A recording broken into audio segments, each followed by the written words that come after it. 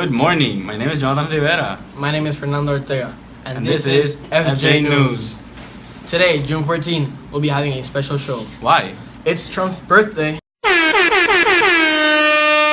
So, what'll be so special in today's show? We will go back to important moments during Trump's first 100 days as president. Man, it sure feels like it's been 20 years. Let's begin with his inauguration. Let's take a look at his arrival to the White House. Every 4 years, we gather on these steps to carry out the orderly and peaceful transfer of power. And we are grateful to President Obama and First Lady Michelle Obama for their gracious aid throughout this transition. They have been magnificent. Thank you.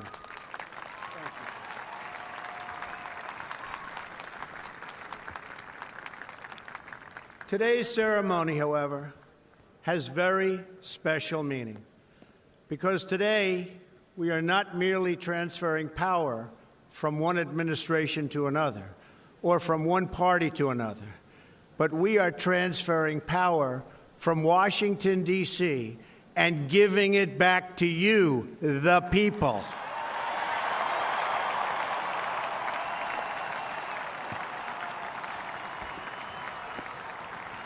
For too long, a small group in our nation's capital has reaped the rewards of government while the people have borne the cost. Washington flourished, but the people did not share in its wealth. Un video ahora. Man, that place was full of Trump supporters. We gonna get me some Mountain Dew after Trump gets inaugurated right in here, boy. We ain't gonna have no black people in our neighborhood, no Mexicans either. Now, hopefully they'll finally run out back to that cartel inland.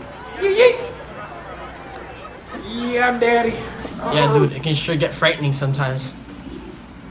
Let's go back to the most impacting part of his speech. We, the citizens of America, are now joined in great national effort to rebuild our country and restore its promise for all of our people together.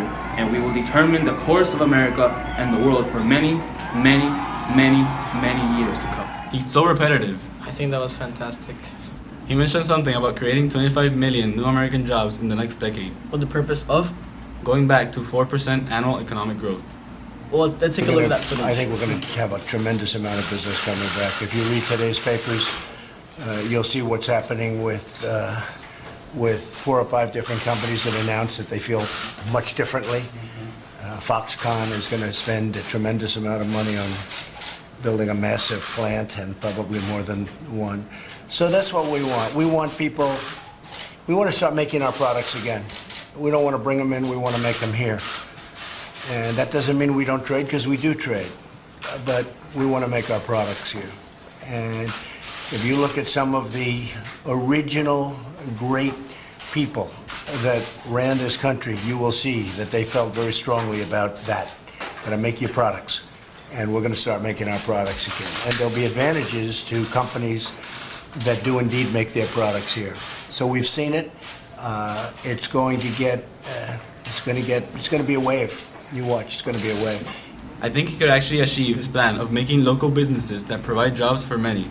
His idea is pretty clear and concise. I have to agree with you, Jonathan. I really do. I read he will begin with a pro-growth tax reform to help people keep their money. He will do this by lowering rates of American in tax brackets. Well, Jonathan, you know, I heard he would also simplify the tax code and reduce the U.S. corporate tax rates. Man.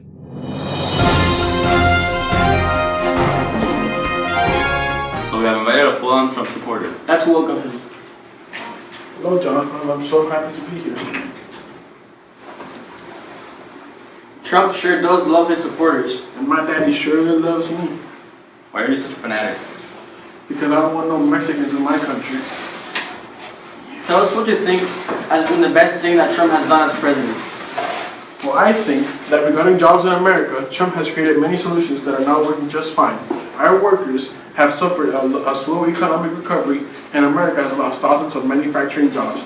Also, the national debt increased and the middle class has been getting smaller. To help this problem, Trump has outlined a plan to create 25 million new jobs in the next decade. This starts by a pro-growth tax reform to help hardworking Americans and businesses to keep their money. This plan also plans to lower tax rates for Americans in tax brackets and lower the U.S. corporate tax rate. My daddy is long doing an amazing job, and I will reward him by. Okay, that's getting a little off topic, guys. Yeah, definitely. So let's welcome in our other guest speaker. Wait, I didn't know we had another one. Welcome, welcome. Good afternoon, gentlemen. Good afternoon indeed.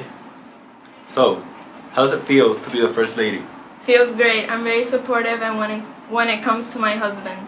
Are you in favor of Trump's thoughts and actions? Yes, he is my husband, and as I said before, I will be supportive with everything he does.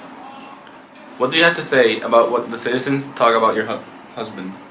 I have nothing to say. All these people are ignorant and don't know what they're talking about. If you could change something about your husband, what would it be? I would not change anything. He is perfect for me just the way he is. Do you think Trump's racial comments could cause a damage to his career? My husband is not a racist. He is a good man. He is doing what is best for our country. That was great, man. Now let's talk about his energy plans. Well, one of the first things he did in office was signing a memorandum which allowed the operator of Keystone Pipeline to resubmit their application for the pipeline and to be able to transport more than 800,000 barrels of oil a day. Therefore, he was allowed projects such as Keystone Pipeline to move forward. The Keystone Pipeline? Yeah, man, an oil pipeline system in Canada and the US. I bet that helped create jobs and increase the tax revenue. It sure has. He has canceled billions in payments to the UN climate change programs and has decided he will use that money to fix America's water and environmental infrastructure. That could cause problems with the environment and make the issue with global warming even worse. The bright side will be that fixing America's water and environmental infrastructure can help create millions of jobs and better America's economy. America's energy plan also can be very positive outcomes. Like what? Well, in the past, there have been regulations on the energy industry, and Trump was dedicated to eliminating these unnecessary policies. Once these restrictions have been lifted, American workers will benefit because wages will increase by at least $30 billion. Let's go back to one of his interviews concerning America's energy plan and trade deals.